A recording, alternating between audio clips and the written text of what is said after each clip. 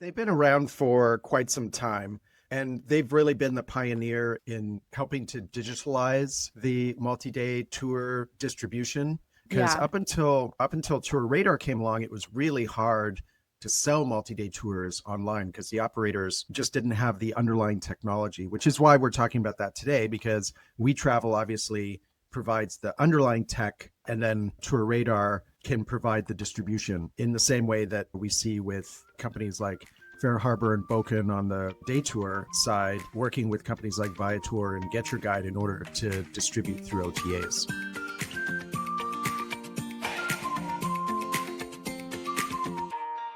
Welcome to the Best Part of Travel podcast, brought to you by Arival, where we take you inside the business of destination experiences. I'm Janelle Visser, and I'm here with Stephen Joyce. Hi. And today we're going to be talking about tech for multi-day tours. We have two guests today from WeTravel and TourRadar. So we're covering booking tech as well as distribution with a dash of working with influencers thrown in there. So to kick things off, Stephen, what piece of technology can you not live without while traveling for multiple days? Oh, multiple days. I would say eSIM. So I know everybody has roaming on their phones these days, and there's lots of Wi-Fi and stuff, but I have to tell you, you don't want to come home with a giant cell phone bill. And because I travel so much for work, I am like away for multiple days at a time.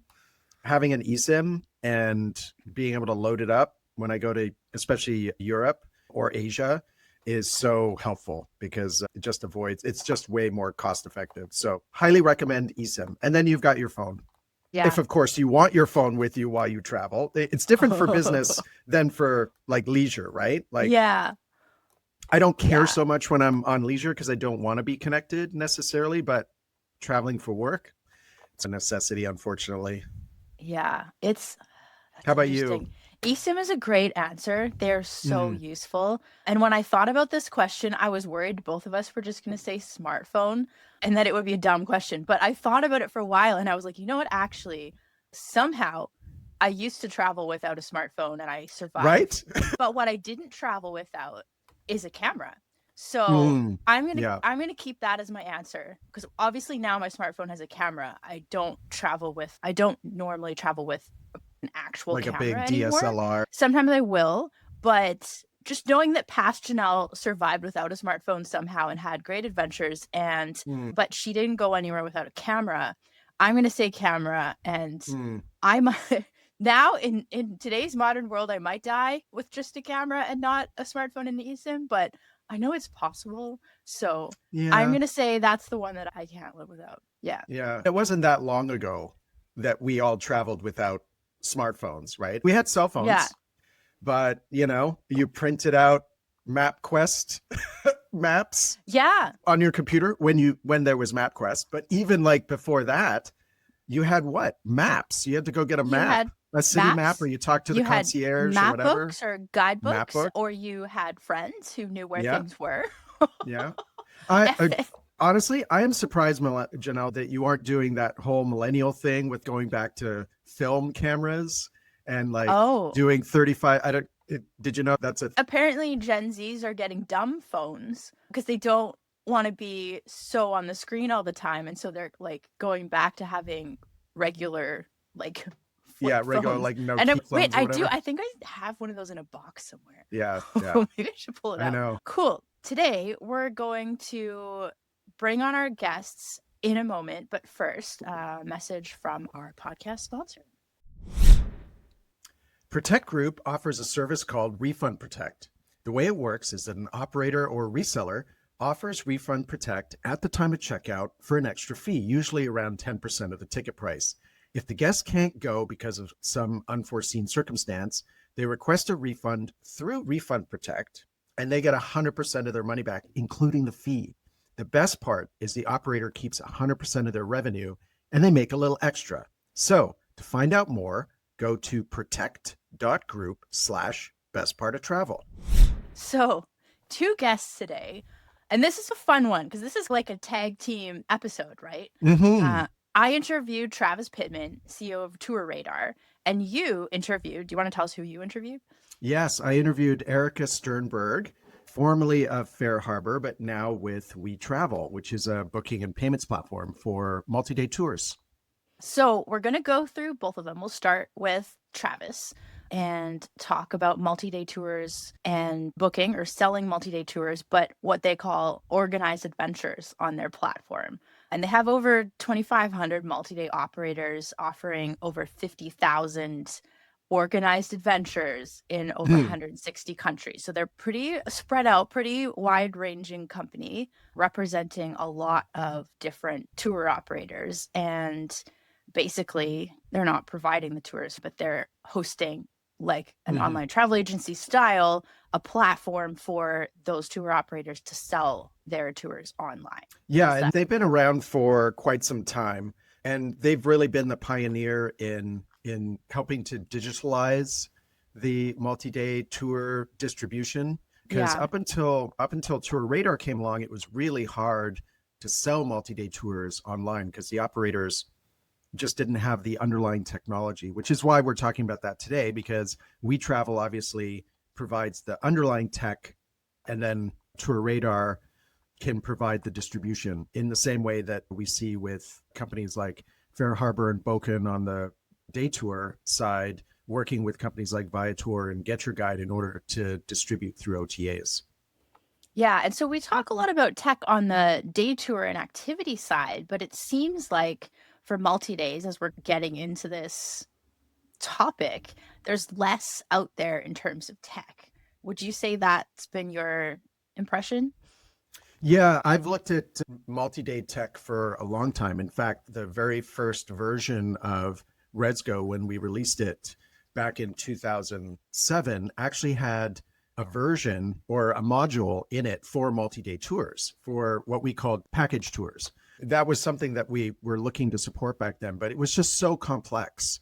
So you kind of have to pick a lane. We opted for the day tours. And what I've seen since then is that there's still very little technology. WeTravel is probably one of the few systems that's really gained any kind of scale in the multi-day tour sector, where they act as the operating system for these operators, providing some of the coordination behind logistics and stuff. Because these are much more complicated products Yeah. than a day tour or an attraction ticket. Yeah. And so now we have the last Arrival event in Washington, D.C. We had a multi day tours Mm-hmm.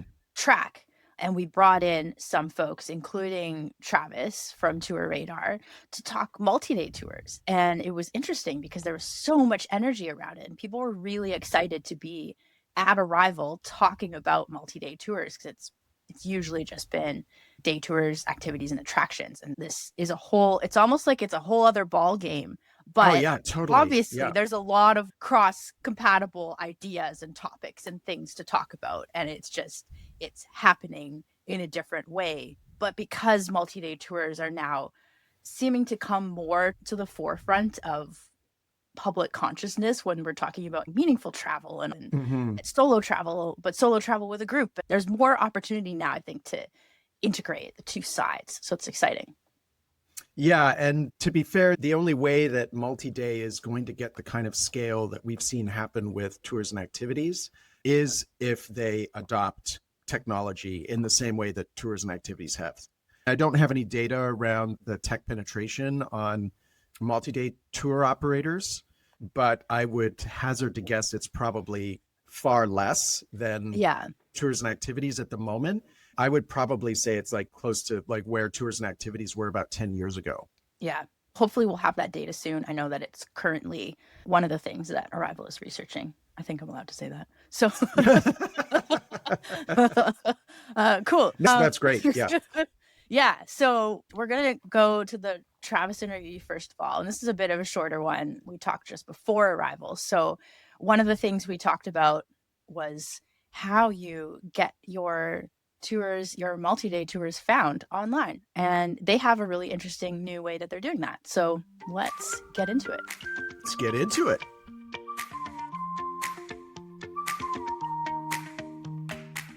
So yeah, tell me a little bit about your story. Yeah, 20 something years ago, left Australia to be an expat in London. So Aussies get like a working holiday visa over there. Yeah. Yeah, I was there in London working, traveling, taking £1 Ryanair flights all around Europe.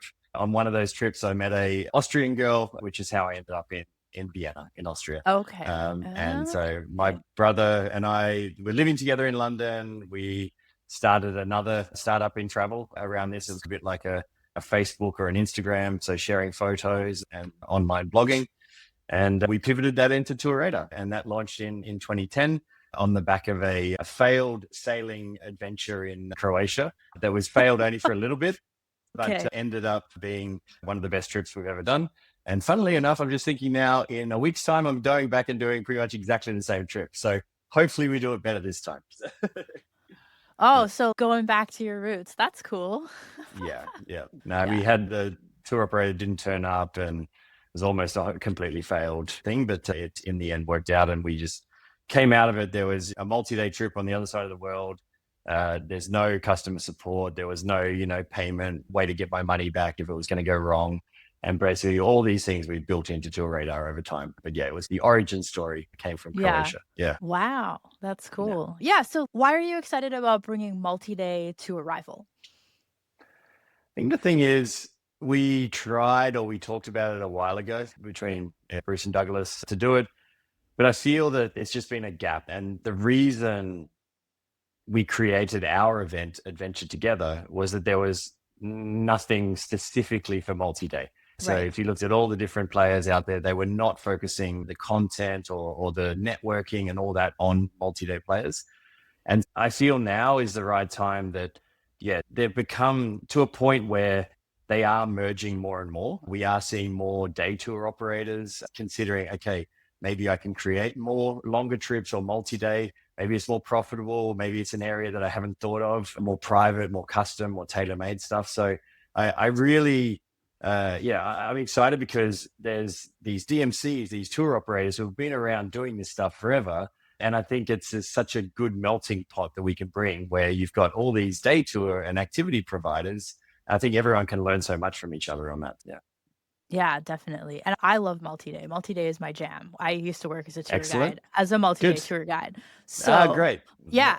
So I'm excited about it. So what are you really excited about right now in multi-day? That's a leading question because we just launched what we call TourRadar Moments.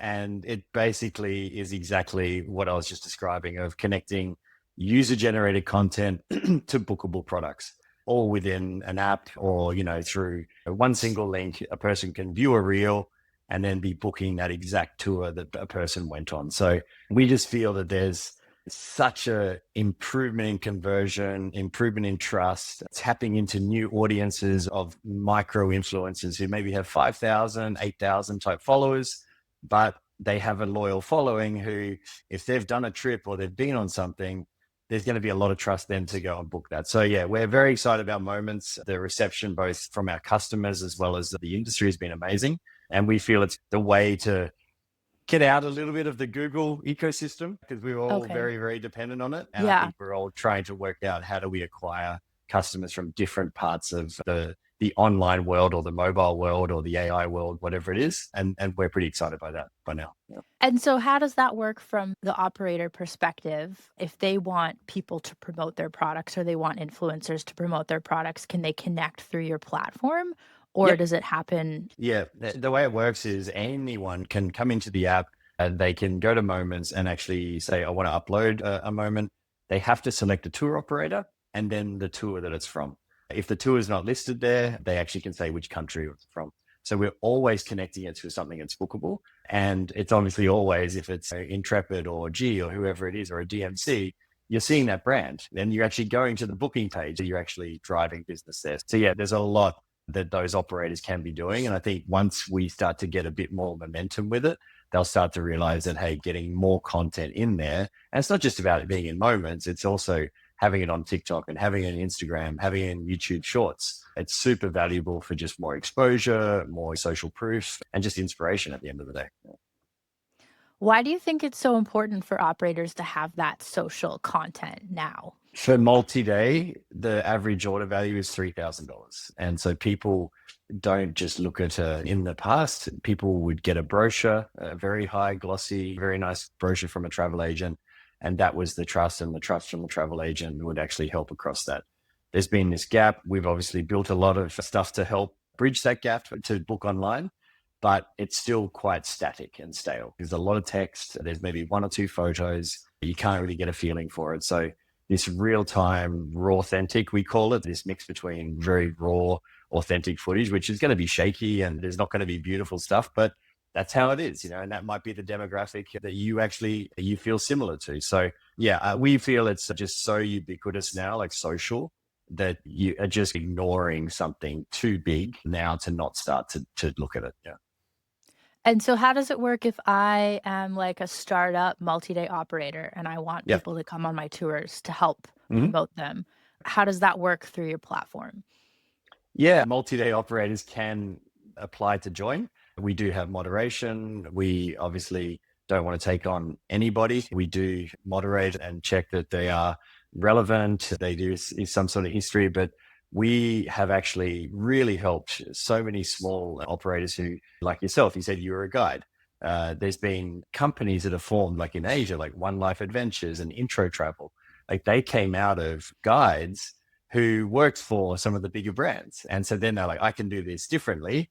And then they create a business and they actually use TourRadar to go to market. And so they built a lot of their business in the beginning through a marketplace like ours. So yeah, it's definitely something we're really wanting to, any kind of innovative or great new products coming to market. Things like women only travel. Like we're seeing a real trend for solo female travelers. So Yeah. how do we get more of that type of product on there is definitely stuff that we're always looking for. Yeah. And then I made it on your platform, but I want to connect with some influencers. So Yeah. how does that process work?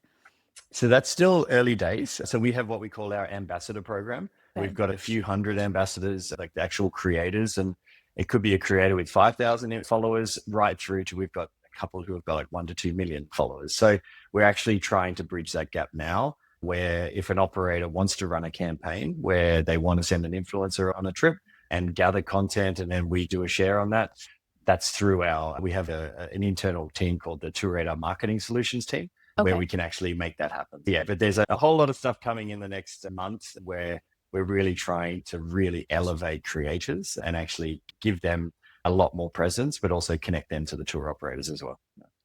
And do you have a sense of what percentage of people book on your platform because of social media?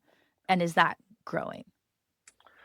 I would love to have an answer for you. It's it's honestly, it's something that is just so hard to measure. And I think this has been the challenge of it's not like a search click where you've clicked, you can track it, you've got all the attribution there.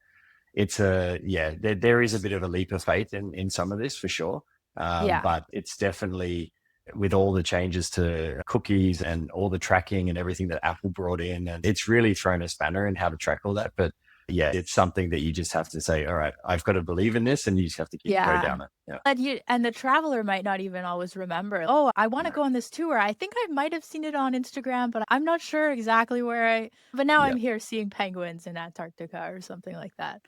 Yeah. Exactly. But that's one of the ways we're trying to, so with every moment has a shareable link. So if a person creator uploads one of those reels to TikTok and puts the actual shareable link there, they will be attributed to that and they'll actually earn an affiliate commission. So that's how we're trying to actually have some sort of tracking in place. But we know that on a phone, you don't click links typically like you do on a website, obviously. Yeah, in the same way. Yeah. Okay, so what was your takeaway from that conversation? The moments idea is interesting. There's been a number of players recently that are trying to take advantage of the whole like video commerce environment, right? It's something that is super popular and works really well in China, for example, and some parts of Southeast Asia. Video commerce and that kind of social commerce works really well. It hasn't had the same success in North America and Europe. I'll be following this very closely because I think there's a lot of opportunity with it with travel, because we know that social media is such an inspiration source for travelers. So I'll be really curious to see how well that plays out for them. How about Yeah. you? What was your takeaway on that? I thought it was interesting that he used the word trust and Mm. talking about how this idea of connecting, working with influencers is this idea to tap into trust. And especially as AI becomes more prolific in this space where you might see more AI content or more AI search results, AI generated search results, human travelers are wanting someone to trust. And it might not always be AI. It might be another human that they don't know, but they kind of have a good vibe with, like an influencer. Yeah. And so I think it was interesting. That's a way to get at that in this era is connecting with influencers and having a way to do that because it's hard, right? If you're a small operator or even if you're a large operator, how do you figure out who to work with and all of that, all of those arrangements and agreements, and having a platform that helps to facilitate that is incredibly valuable. Yeah. Yeah. What happens when the influencers are AI? Because that's a thing, right? Yeah, That's a thing. There are AI yeah. influencers and people don't even know that they're AI. Wasn't there And there was like an AI artist who sold concert tickets or something like that? I remember hearing, but I wouldn't be surprised. Yeah. Yeah. So I guess that is going to be a thing, that trust element. What does that what does that really mean, right? How What do is you that hold on trust? to trust? And will people be willing to trust AI influencers? Will they care? That Personally, was a really big topic actually yeah. both at Arrival and at the Web and Travel conference that I recently went to in Singapore. Yeah. That was also another really big topic, was just the whole idea of trust, trusting that travel companies have your best interests at heart and that, that they will do right by you if something happens, those sorts of things. And it's tough. It's tough. Yeah, definitely. We're going to have a lot more podcast episodes to dig into this topic on. Yeah. But for now, I think let's segue to talking about the Erika interview. You interviewed Erika, and it's a little different type of tech. We're talking distribution. Now we're talking booking platform and booking payment platform. Is there anything you want to say before we go into it? Just pay attention to what she talks about in terms of the way that this system works and what it's trying to solve for. Because I think the challenge with multi-day tours in general is that, unlike a day tour, which we've mentioned before, can be quite simple, multi-day tours have a lot of moving parts and a lot of logistics associated with them. And as a result, there's a lot of payments that have to go out to different people, lots of bookings that have to go out to different people. When you make one booking for a multi-day tour with an operator, that can trigger 50, 60 different notifications and payments to other suppliers that operator is connected to. And that's a complex system. So yeah, I think just try to understand like the landscape that we're working in multi-day. It's a very different beast from tours and activities. Yeah. Well, and it's interesting because I was recently talking to someone from Get Your Guide, and they have started adding support for multi-day, and it's a different beast because it's not just the booking flow and the things that get paid for, but it's also the itineraries. And going back to distribution for a minute, if you're a distribution platform, you have some kind of regular format that day tours look like on your platform, and it's standardized.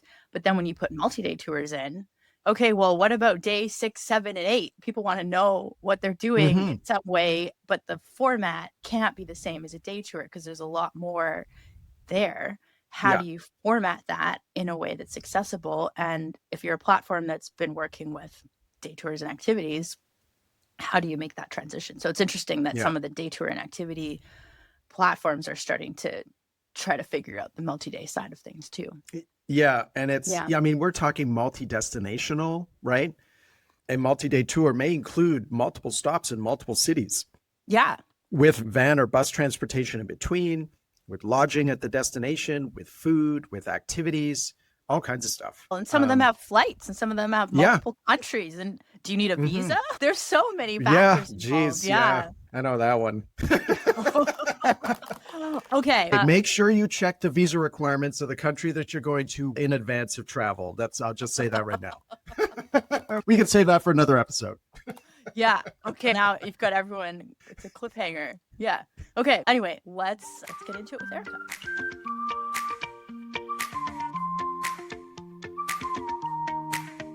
I'm here with Erika Sternburg, who is the current director of strategic accounts for WeTravel, which is a multi-day technology platform. And Erika, you were formerly senior director of strategic partnerships and held other roles as well with Fair Harbor for almost a decade. So what drew you to multi-day from the day tour type environment?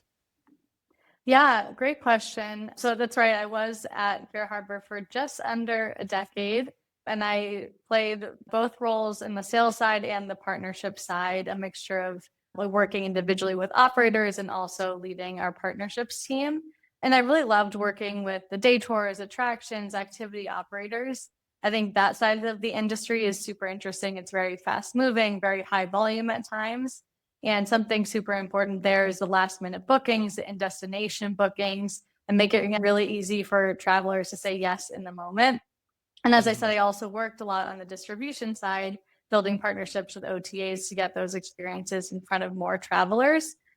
Something that has always been really interesting to me and why I love being in this industry is because what we're doing on the tech side, whether it's with the walking tour, food tour, boat tour, et cetera, or a 2-week expedition, we're really enabling operators to create amazing experiences. And that's something I didn't want to lose when I moved on from Fair Harbor. So what really drew me to WeTravel was the difference in this part of the travel industry. It's super complex on the multi-day side. And it was nice to be able to learn about this new space. So it's not just a single ticket, it's a whole trip with accommodations, transportation, meals, guides, local experiences as well, and payments across borders. So I was really excited about the challenge of helping operators manage all these moving parts while still giving them a really modern, seamless experience that they expect from a tech provider.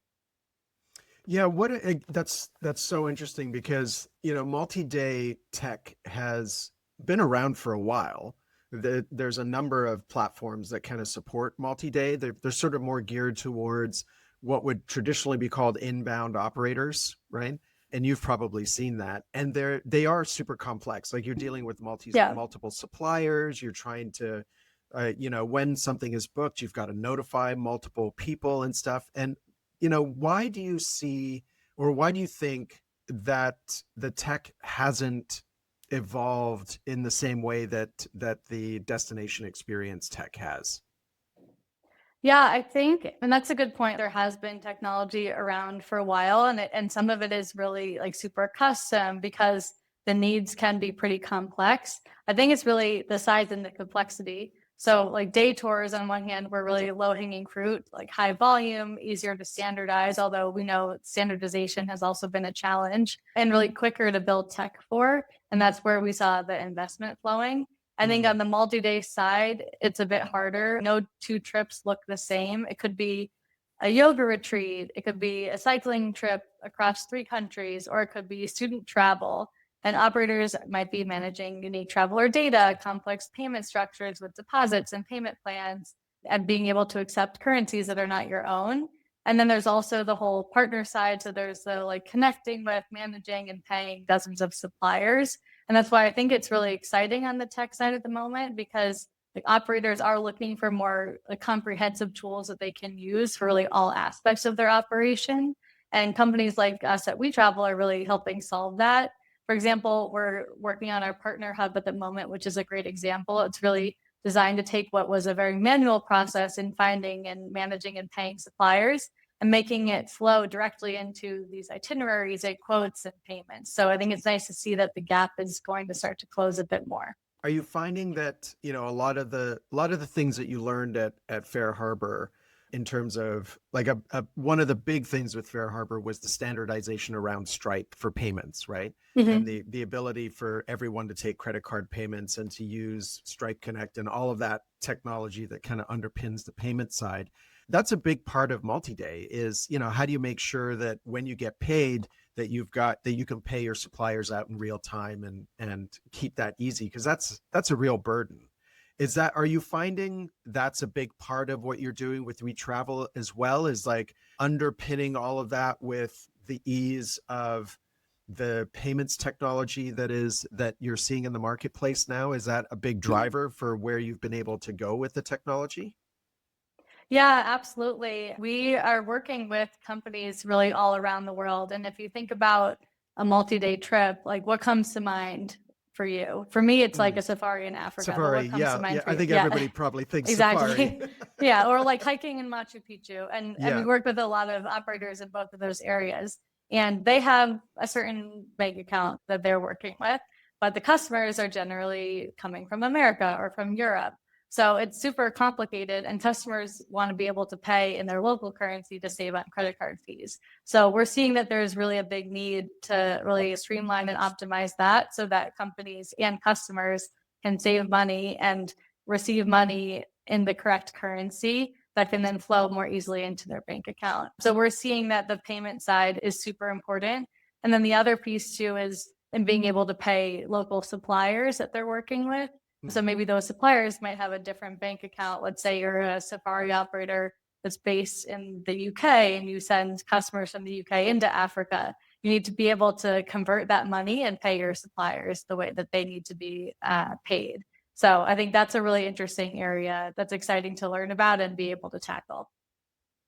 Yeah, and I mean, Africa's got a lot of different mobile payment platforms. They were some of the really early innovations around phone-based banking and payments were innovated in Africa because of the nature of the infrastructure. Are you finding it when we talk about payments in Africa, because that's when we think about multi-day tours, we think about adventure type stuff, right? Africa is a big part of that. South America is a big part of that.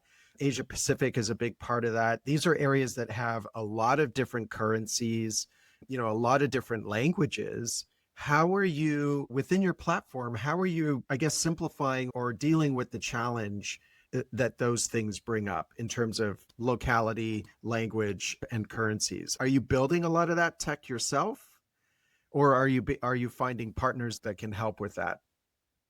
Yeah, great question. A little bit of both. Like we partner with companies like Stripe, of course, on the payment side, but within the WeTravel platform, we are doing a lot of innovation when it comes to localization and adding additional payment methods.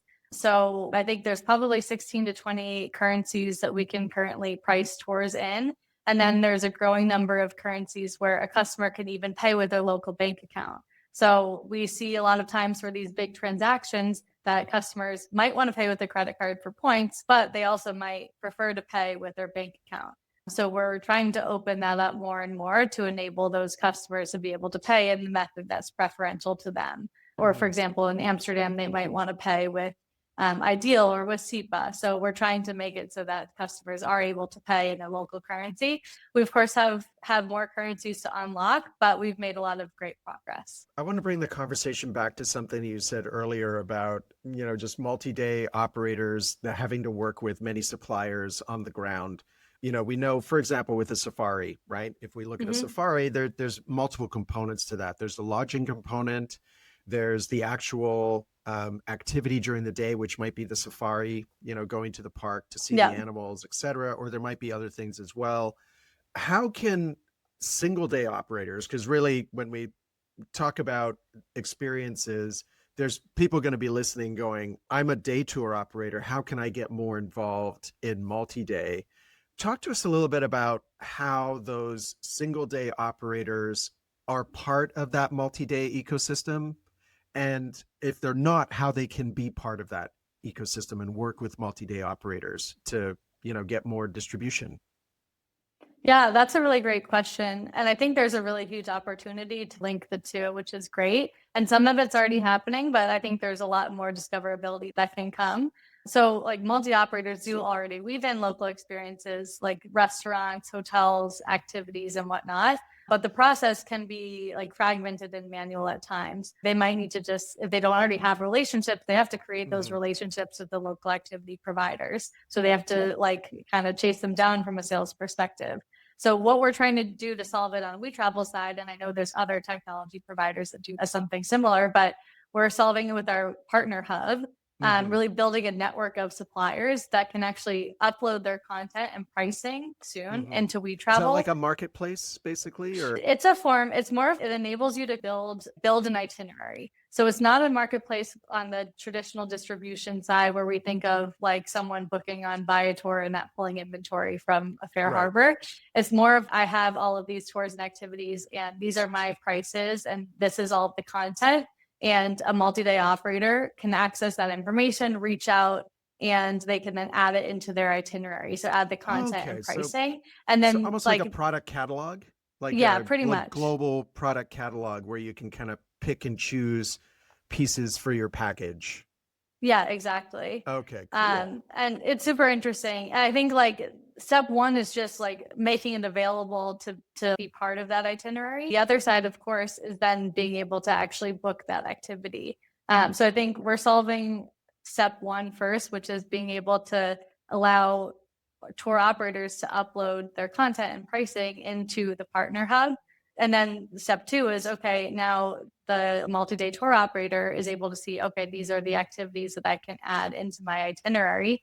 And then once a customer chooses that itinerary, then the third step will be, okay, now I, as the multi-day operator, need to book and pay. So I think we're slowly trying to solve this problem that's currently very manual. Yeah, when you look at what WeTravel is doing versus some of the other systems that are out there, a lot of the other systems, when we think of like inbound tour operator platforms, do things like integrate with GDS, global distribution systems like Sabre, Amadeus, or Travelport for things like airfare, or for hotels or things like that for real-time inventory. Are you doing any of those types of things as well with WeTravel when multi-day operators are thinking about when they have to create a package that includes hospitality, for example, or a hotel stay or whatever? Are they doing those things manually within the system, or are you diving into the whole GDS integration piece as well? Because that's a whole other can of worms. Right. Yeah, great question. And it's really a super interesting space. So there are systems already that solve this for customers where you can like really build the trip itself. Where WeTravel at the moment comes in is we're more like the trip is built. Now we help you sell it and we help you take payments and manage all the customer information and the post-booking admin tasks that you have. I think where we're going is we want to be able to enable customers to not have to use so many systems. So I think you'll see more and more consolidation. But at the moment, we have an open API. So we have the ability to connect with these systems. So you can build a trip in one platform and then that can create an itinerary or that can create a trip that can be booked by the customer. So we have a lot of customers that are using our API in very creative ways to make it so that it talks to the other platforms that they're using. Right. So taking some of the lessons from Fair Harbor in terms of like the e-commerce portion and focusing on that first and not so much on the operational side. Is that the idea? Because there are systems there that already deal with the operational side of things. Yeah, I would say like at the core where the problems that WeTravel is trying to solve is really taking it from the selling side to the like while you're on the trip and then the like supplier payments piece. I think WeTravel started with a focus really on the booking and payments and has evolved slowly to take on like more of the needs that operators have. So I would say yes, definitely starting with the bookings and payments and then helping with on the conversion side, adding additional tools like the itinerary builder and now going into the supplier payments. So I think the scope will just get more broad, which I think is exciting because the needs are super broad for these companies. Yeah. And there's a lot of those operators that are out there. Probably, and we don't know about them. I think Right. that's the other thing. It's a similar, there's a lot of overlap in terms of the distribution of the companies that are out there, not the product, but the, where the companies are located. Are you finding that the majority of these companies are in, areas like South America, Africa, APAC, or are you finding that these are companies that exist in the UK and the US, but are doing business in those destinations? Like, what's the mix there? And how are you finding these customers? Like, how are they finding you? I guess is the other question. Yeah, great question. So I would say we see all around the world that there's multi-day tour operators, and there's of course different types. There's some that are bringing customers from one country to another. There's some that are actually operating like a DMC that's actually operating in a specific destination. There's student travel companies. There's all these different segments within the industry. And so we're seeing that it's really pretty broad as far as where they're actually located. And as far as if we're seeing like how we're actually finding these companies, we're very proactive. So we're reaching out, we're looking at who is a good fit for WeTravel, like who could benefit from the platform, and then we proactively reach out. But we do also see that a lot of companies are discovering us, whether from another competitor of theirs that they see is using the platform, or they discover our content. We had a summit last week where we had over 3,000 people attend.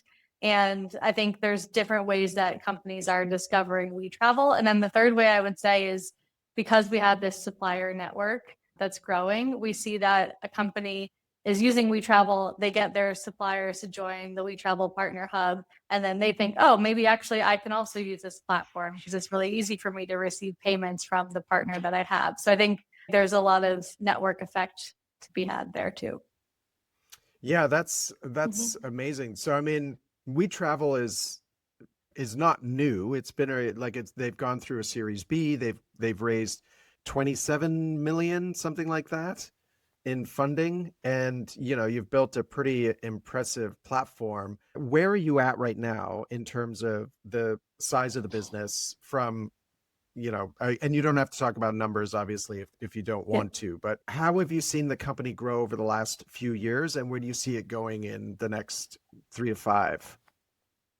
Yeah, speaking more broadly, WeTravel currently is working with 8,000 multi-day tour operators. Wow. And That's yeah, you might not necessarily realize that, but then I think it's because it's a bit different from the day tour space because a lot of these companies do not use WeTravel on their website. So we work with a lot of companies that are doing only custom bespoke tours. So Right. they don't want to have a book now button on their website to take bookings and payments. They want a customer to inquire with them, like have that back and forth. And actually that's something we're focusing on soon as well, which is having more CRM capabilities for these custom trip operators. And then they want the customer to book and pay like through a payment link. So I think there's so many of these companies out there. There's travel agents that are still really popular in today's day and age. And so where we're focusing right now, we are growing quite a bit as a company. We just opened an office in Australia. We're hiring for remote people all throughout Europe in different languages, different countries. And then we have our US and our Latin America team, which is really where we got our first start. So I'd say we see there's a lot of opportunity. We also have an Africa team. And I think there's more expansion that can be had as we unlock more currencies and payment methods.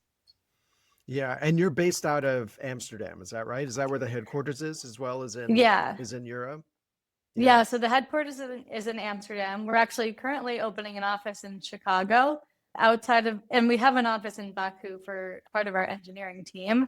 And outside of that, about 80% of the WeTravelers are actually remote. So we have people all throughout the US, Canada, Latin America, Africa, and all throughout Europe too.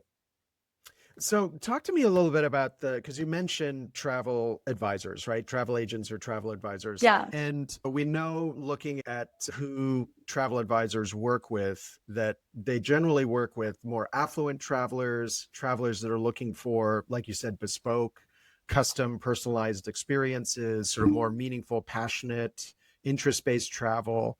How does the platform support multi-day operators that want to sell through travel agents? Is that a big market for them? I would imagine it probably is, given that they're a little bit more bespoke, and it's hard to book that online. Yeah, I'd say there's a lot of different ways that travel agents will work with tour operators.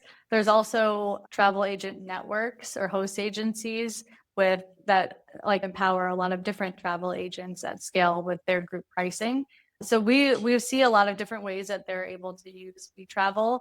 We have flexible permission levels so that travel agents can just have access to the one trip that they're booking, for example.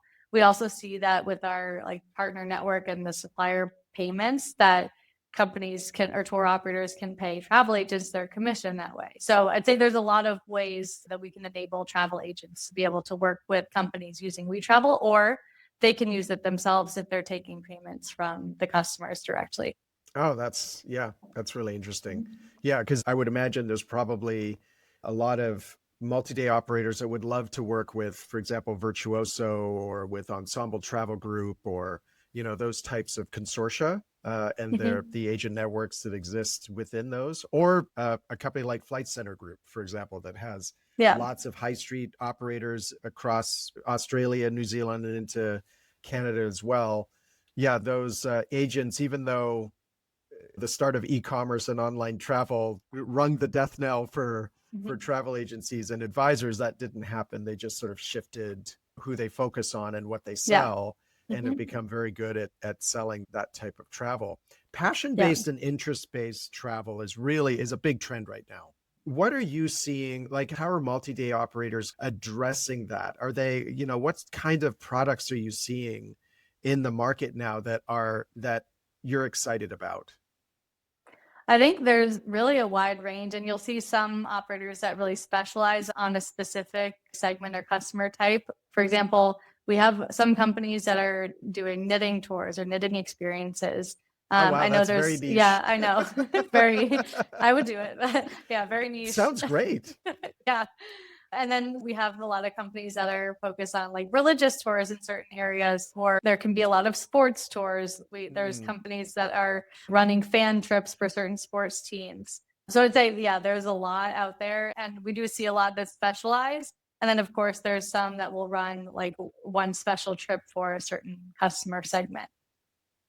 So let's talk about you for a moment. Have you been on any of these multi-day tours yourself from these operators? Have you tested them? Unfortunately, not yet. No? I've traveled a lot personally. I would say from my experience traveling, I think I could become one because I really love to plan. I love to do the travel research, figuring out what hotels to go to, what activities to do. So I think I could become an operator. I haven't booked one yet, but one day I think it would be super interesting. I know I really personally do want to go on a safari at some point, maybe in Kenya, Tanzania. I think there's a lot of really interesting things I'd love to see.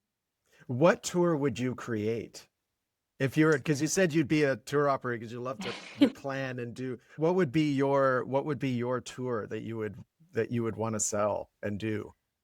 Yeah, that's a great question. I have spent a lot of time in the south of Italy. That's where my husband is from, actually. I would say I could definitely put on a 7 to 10 day trip in the hidden gems of the south of Italy. I think that would be an exciting one, and show areas where Americans generally don't know about. That would be one. Or I went to Japan last year and I absolutely loved it. So that's another place I would love to go back to. Yeah, some of these multi-day tours that I've seen, you're familiar with the Adventure Travel Trade Association, I would assume. Are you guys members of ATTA? I believe so, yes. Yeah.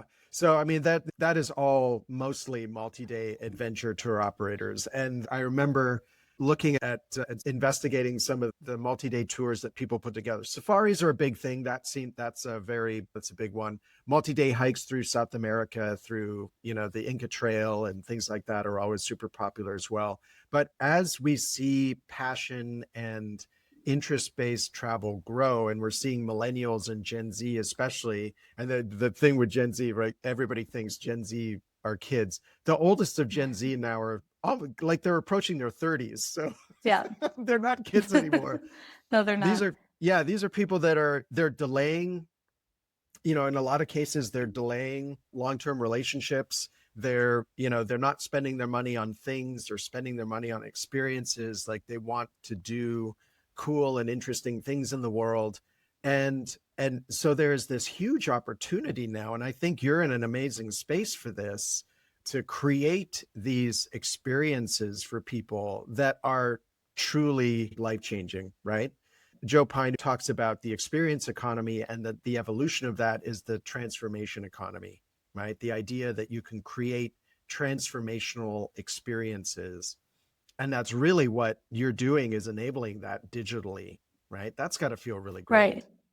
Yeah, it's amazing. I think if I had thought of what career I'd want to go into growing up, like I wouldn't have imagined the path I took. But I think being able to be in the travel space and being able to be part of something that's so exciting and something that I'm passionate about is really amazing. That's great.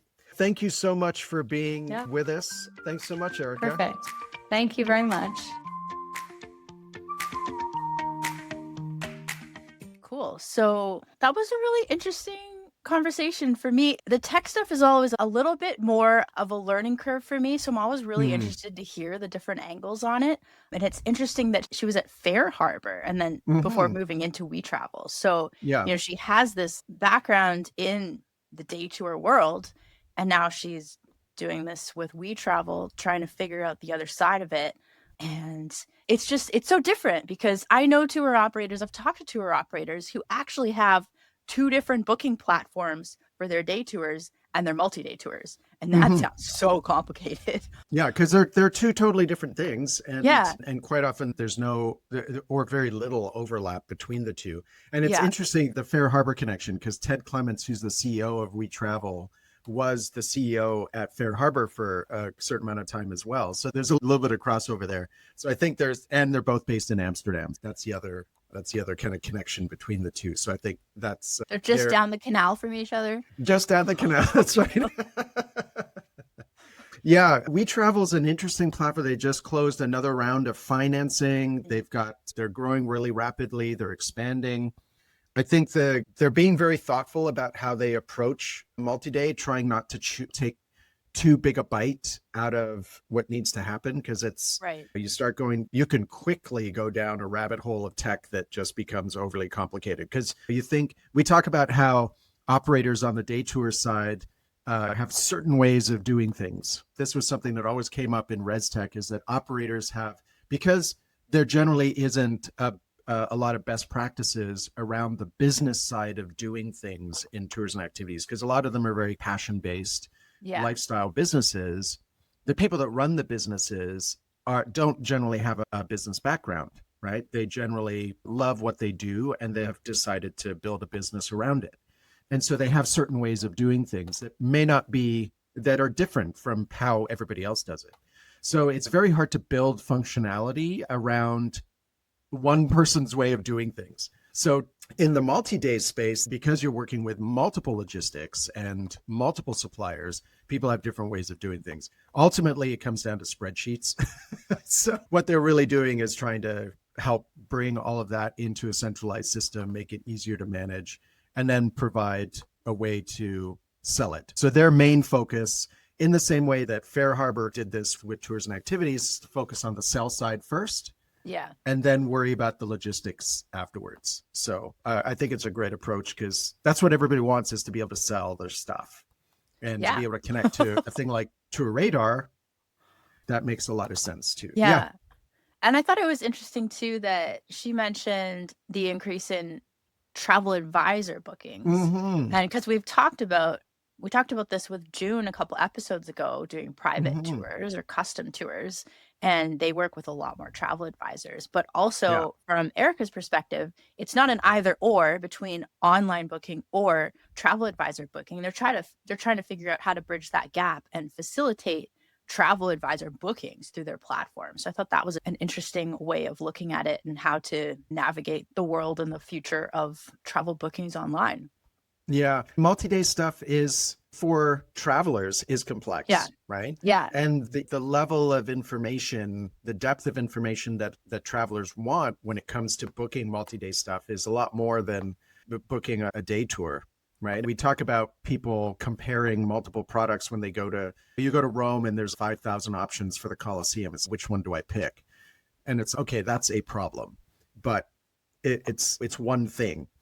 But a multi-day, you've got multiple itinerary choices, you've got potential for multiple types of accommodations, right? A lot of multi-day tour operators offer like an economy, a mid-level, or luxury option for their tours. You can stay in different class hotels, all sorts of stuff, private versus semi-private versus group.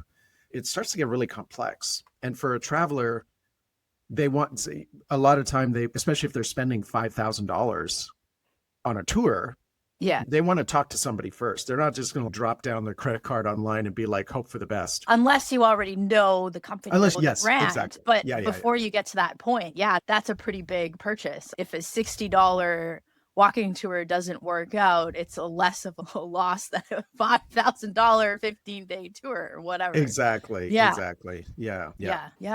I had an epiphany while you were talking earlier. Mm-hmm. You were talking about the business and the passion of this and how often it's hard to bridge the two.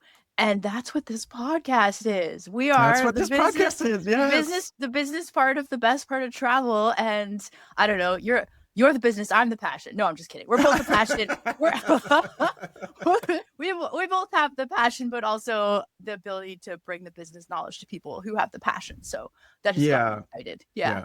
I think the idea is that we bring people like Travis and Erika and have them talk about the business side of things and help bridge that gap. It's not necessarily that we don't know everything, right? That's the whole idea behind this, is that we're all here to learn and to grow and to be successful in what we love to do. And that's where these folks come in, and they can provide us with some of that guidance. So I hope people found that an interesting interview. I hope they found the Travis one interesting. I thought they were both I know them both personally. You know them both personally. They're great people, and it's always great to have them on talking about what they love to do. Yeah, and talking about multi-day is super fun. So I think we can give a little teaser for the next episode. We're going to keep talking about multi-day for one more episode with, I won't give away who, but the CEO of one of the probably most recognized names of a tour operator in the multi-day space. And super excited to share that conversation with you all. So yeah, such a great interview. Another little cliffhanger for you. Yeah, exactly. I think that brings us to the end of this episode. Thank you for joining us. Make sure to follow and share this podcast with your friends. We'd really appreciate it. And go check out some of the upcoming Arival events, the one in Valencia and the one in Spokane next year at Arival.Travel. Thanks everyone for joining us today on the best part of travel. Thanks, Janelle. Thanks, Stephen.